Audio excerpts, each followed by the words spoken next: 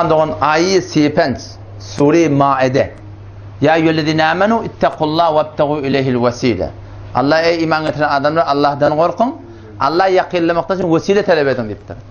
Vesile hiç kim inkarı yok. Bir adam gelip biz vesile tutunmaklığı Allah'a karşı Allah yakınlamakta için kabul etmeyecekse şöyle adam kullan ehl-i sünnet ve cemaattan de. Yani Kur'an şunun vesile ne? Vesile tefsiri icmai ehl-i sünnet. Şu ayağın bardan koydan ayı sipen Sure Maide. Eğer bir tefsir tapsan şimdi ben ayettiğin adından başla.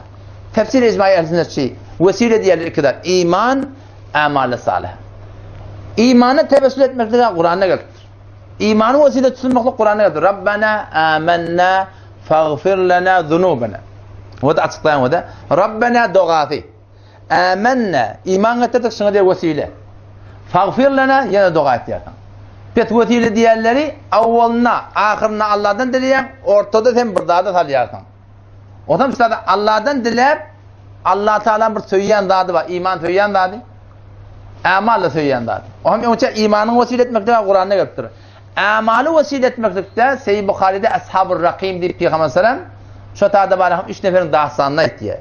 3 nefer bir dağın kevuna kaçıyorlar. Bir qara daş, bağışta qara difak etmeyen bir uluqon daş gelip şu qarın kafanı qafaq boluyor. Odan bilen nem etmeli, her gayti eden, qav eden işini vesile etti.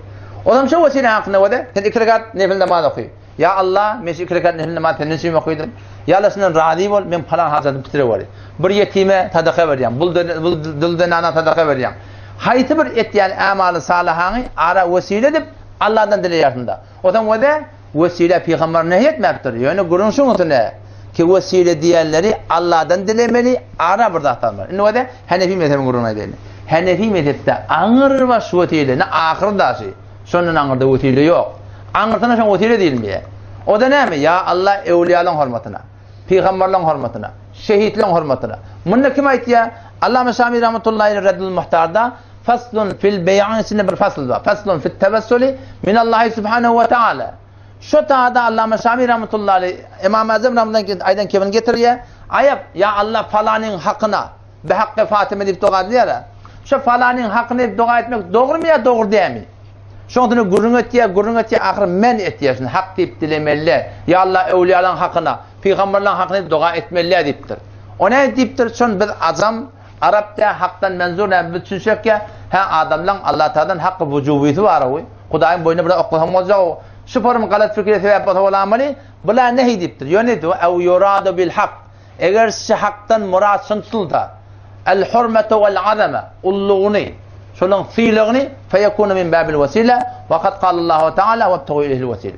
Ya Allah evliyaların hürmetine, peygamberlerin hürmetine, şehitlerin hürmetine şey deyip dua etmekte bu da cevazın gurunu. Şunun hürmetine dua eden tekrar dua haset kabul olmayan gurun da yok. Son o da işte vesile diyorlar iman, amal.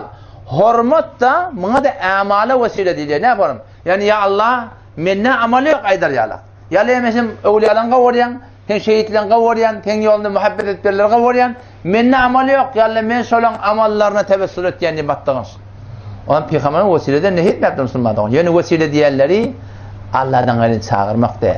Vesile diğerleri Rabbena Allah'tan dilemeli, amenne ortada dua etmeli, vesilen etmeli, yine ahirette Allah'tan dilemeli.